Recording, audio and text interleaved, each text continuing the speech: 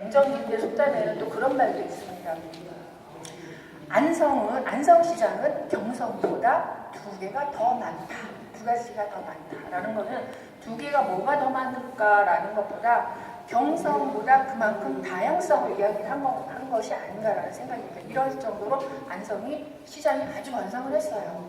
시장이 번성을 하다 보니 뭐 수요 공급 다 맞아 떨어지고 이래서 잘 손재주 좋고 뭐 사람 많이 모이고 해서 결국 그 안성 맞춤이라는 속담을 탄생을 합니다. 그건 다 아시죠? 안성 맞춤이라는 속담이 왜 나왔을까? 그거는 유기를 잘 만들어서래. 아이고 안성시장은 노포를 잘 만들어서 안성 맞춤이라는 속담이 나온 거야 라는 것까지는 다 아실 거예요. 근데 요거에 대해서 아주 자세한 설명은 제가 밑에 유기 있는 곳에 가서 또 말씀을 드리겠습니다. 지금 그리고 2층 다 이렇게 둘러보셨잖아요. 다른 내용이 있다면 이 미륵시장이 굉장히 퍼져 있습니다. 그러니까 이 미륵이 또 뭐 산속에 이렇게 마을이나 이런 것처럼 이렇게 경건한 곳에 모셔놓은 것이 아니라 이 미륵이 바로 내 집 옆에 있는 거예요. 마을에 내가 살고 있는 마을에 아양동 할매 미륵 하면 아양동 아파트 단지가 밖에 있는데 옛날에는 아파트 단지가 아니었죠. 그 바로 옆에 미륵이 있고 뭐 대동리 미륵 또 저 죽산 뭐 무슨 미륵 해가지고 쌍미륵 해가지고 궁예 미륵 해서 안성은 이 미륵이 많이 퍼져 있는 것으로도 좀 특이한 상황입니다. 그래서 이 미륵 신앙에 미륵에 그 불상에 관심이 많은 분들은 일부러 그냥 미륵만 보러 오시는 분도 계세요. 근데 그냥 그 미륵은 도를 이렇게 붙이는 형상 아니면 그 나름대로의 어떤 기원을 할 수 있는 같은 무슨 뭐 장군의 모습 뭐 이런 걸로 해놓은 건데 그거를 깊숙이 생각하는 분들은 그게 재밌는데 이렇게 보면 보통인데 이러시는 분도 계시지만 안성의 특이사항은 그 미륵 신앙이 많이 퍼져 있었겠다. 근데 이거를 두 가지 설로 정리가 됩니다. 그 아까 고대에 말씀드렸죠. 안성은 삼국의 각주장이었다는. 그래서 그거는 어떻게 보면 저는 우스갯소리로 안성이 참 좋은 땅이었나 봐요. 서로 가지려고 그랬던 거 보면 그랬는데 여기를 살고 그 땅에서 살고 있었던 사람들은 주민들은 아마 마음이 불안했겠죠. 뭐 지배를 받는 나라가 자꾸 바뀌면 그래서 그런 불안 심리 때문에 그랬었다라는 설과 또 하나는 백제 땅이었을 때 기간이 가장 길었었습니다. 안성. 그래서 백제 땅이었던 그 기간이 길어서다라고 하는 거. 그러니까 정답은 없는데 그럴 수 있다라는 사학자들이 해석을 합니다. 그래서 이제 지금부터는 제가 밑으로 내려가서 그 유기에 대해서 말씀을 드리겠습니다. 안성에서는 왜 유기를 잘 만들었는지 밑에 유기는 내려가겠습니다. 이제 향수를 오히려 많이 불러일으키셨겠네요. 예전에 이제 어릴 때 자라실 때 많이 보셨을 거예요. 그렇죠? 저희만 해도 조금 어릴 때 봤던 기억이 나는데 이쪽으로 이렇게 보시겠습니까? 자, 이분들의 모습이 그 옛날 그 조선시대부터 그 시장이 번성했던 안성 땅에서 그 안성 맞춤이라는 속담을 탄생시킨 바로 그분들의 모습을 있는 그대로 재현해 놓은 겁니다. 이렇게 보면 유명한 입은 그 장인들의 모습인데요. 저쪽 그 안성에서는 요거 먼저 말씀을 드릴게요. 아까 저쪽에서 들어오시면서 그 유기의 종류 보셨죠? 근데 이제 유기 뭘로 만드는지부터 제가 말씀을 드릴게요. 지금 여러분이어서 저쪽부터 이렇게 모시고면서 설명을 드리면 좋은데 이게 여러분이어서 그러니까 유기는 구리에다가 주석을 합금시키는 경우, 아연을 합금시키는 경우, 니켈을 합금시키는 경우에 따라서 백동, 청동, 황동 이렇게 나뉘어지게 됩니다. 그러면 시험 문제는 나오니까요. 근데 안상 맞춤 유기는 여기 구리에다가 주석을 합금시킨 겁니다. 그래서 구리가 78%, 그 다음에 주석이 22% 이렇게 요 비율로 합금을 시켰을 때 가장 빛깔이 아름답고 무르지도 않고 딱딱하지도 않은 이런 비율이라고 합니다. 그래서 안성의 노크릇은 주석을 합금시킨 것. 그리고 구리가 안성이 많이 나나요?라고 광산이 있나요?라고 질문하시는 없습니다. 안성에는 옛날에는 없었습니다. 다른 데서 가지고 들어온 거죠. 이렇게 만들어지고 또 만드는 방법에 따라서 방자육이, 주물육이, 반방자육 이렇게 나뉘어지는데 아까 저쪽에서 보셨겠죠? 그 울퉁불퉁한 거 방자육이, 그 다음에 매끈한 거 주물육이, 그 다음에 반방자육이는 주물로 떠서 한 번 더 두들겨준 거, 모양을 입구를 오그라뜨려 준다던가 예쁘게 이렇게 다듬는 한 게 반방자육입니다. 그런데 그 방자육이는 그게 식기 전에 아니면 너무 물른 상태도 안 되고 해서 사람들이 한 10명, 11명이 꼭 조가 이루어져야지만 방자유기를 만들 수 있었다고 합니다. 두들겨줘야 되기 때문에 여러 명이 함께. 그래서 경제적인 효과는 방자유기는 그렇게 좋지 않았죠. 그러니까 예전에도 안성에서는 방자유기와 주물유기 다 만들었지만 조선 후기에 와서는 어떻게 되냐면 방자유기는 정주, 납청, 그러니까 북한의 정주, 납청 지방에서 방자유기가 끝까지 남았고, 그러니까 기록에는 이렇게 되어 있습니다. 정주, 납청에서는 북배기를 따라잡을 수 없고, 경기도 안성에서는 납청의 방자를 따라잡을 수 없다. 그러니까 북배기라는 건 주물, 그러니까 센 물을 부어서 만든 걸 북배기라고 표현을 했더라고요.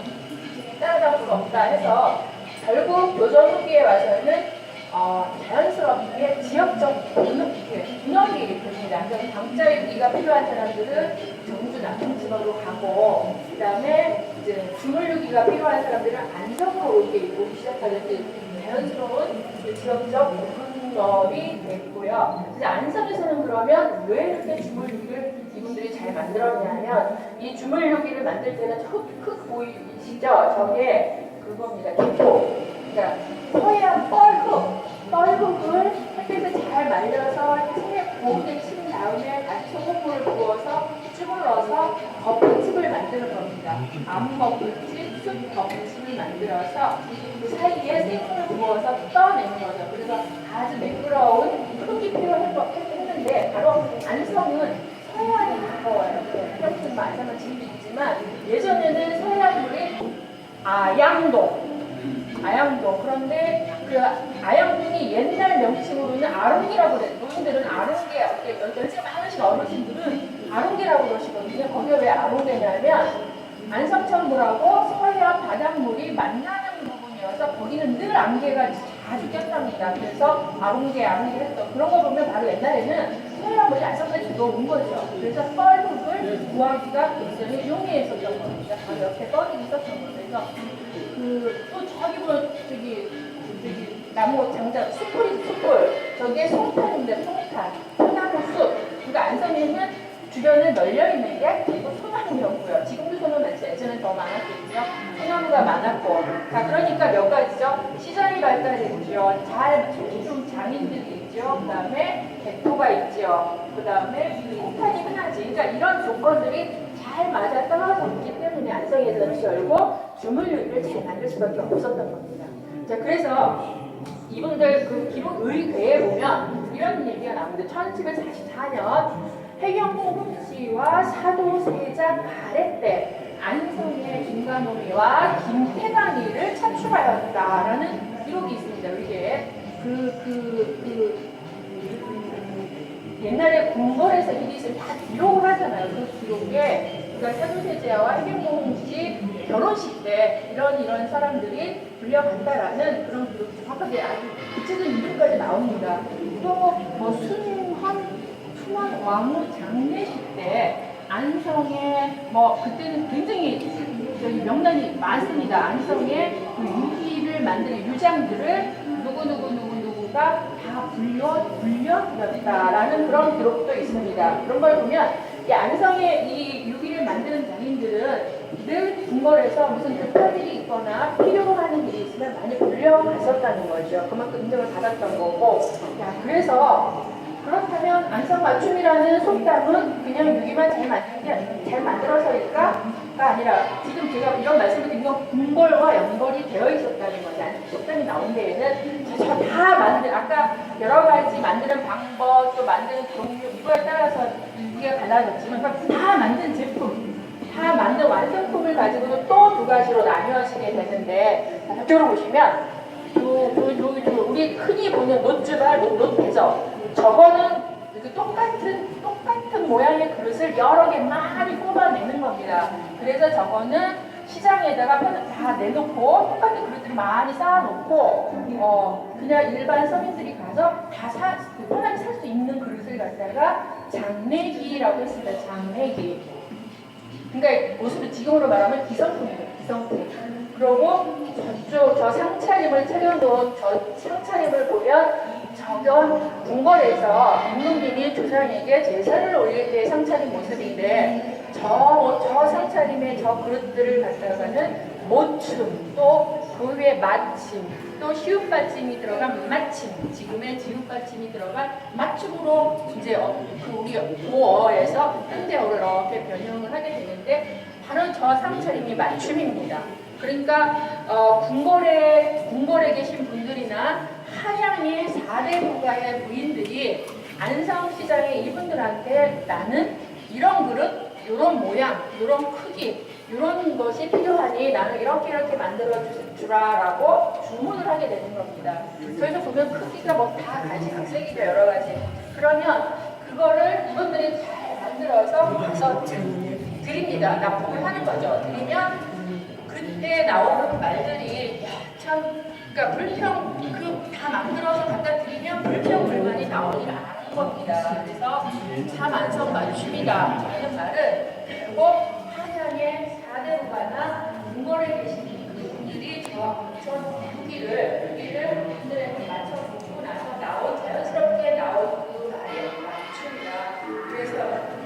그래서 지금은 그 안성맞춤이라는 의미가 굉장히 넓게 확대되어서 의미가 이제 쓰이고 있지만 그 당시에는 그런 것 그리고 어떤 일을 막 하다가 어려운 일이 딱 닥쳤는데 그 일을 탁 넘어가서 확실하게 이런 일이 됐다라고 했을 때도 맞춤이다라고 표현을 했고요. 또는 뭘로 쓰는 예문들이 있지 않습니까? 부부도 기사도 정발도 하나같이 그래서 이게 이제 지금 경제 분위기가 이해가 되죠.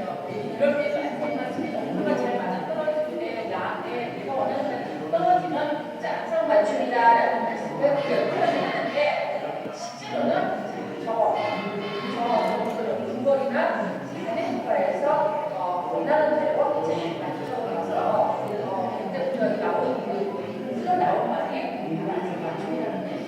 그래서 바로 예전에도 썼고 지금도 쓰고 있다. 그래서 오늘은 안성 맞춤이라는 이 속담이 어떻게 해서 탄생했는지 요거까지만 확실하게 알고 가셔도 아주 좋은 거죠. 그래서 뭐 안성에는 아까 좀 이따 칠장사 가신다고 그러셨잖아요.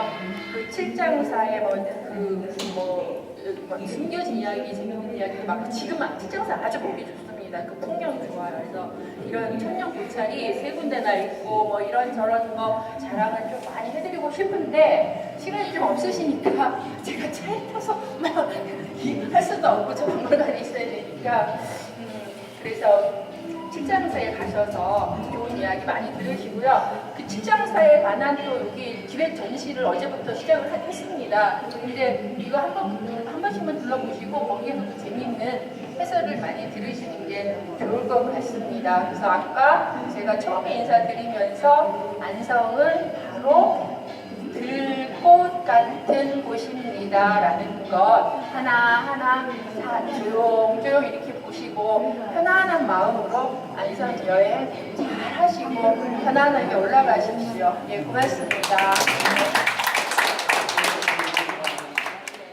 작고하셨어요. 작고하셨고 그분이 무형문화재 지정을 받으셨는데 안성 맞춤 6.15 그런데 작고하셨지만 그 아드님이 기술 전수를 해서 통해서 계속 이어지고 있습니다. 지금 그래서 많이 만들고 있고 요즘은 그 혼수로 그러니까 어르신 그 배달으로 좀 요즘도 세댁들이 그거 많이 준비를 하더라고요.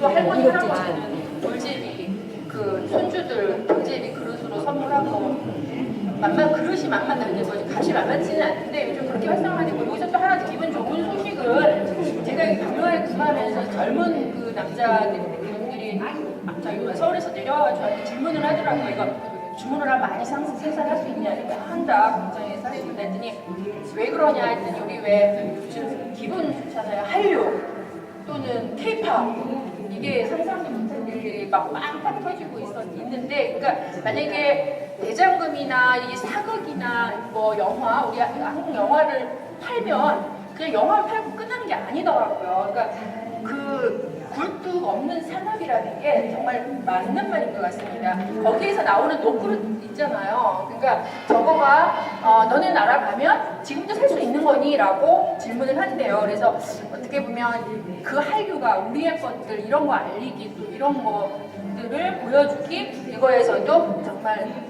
꽤 효과가 큰 것 같습니다. 그래서, 네, 고맙습니다.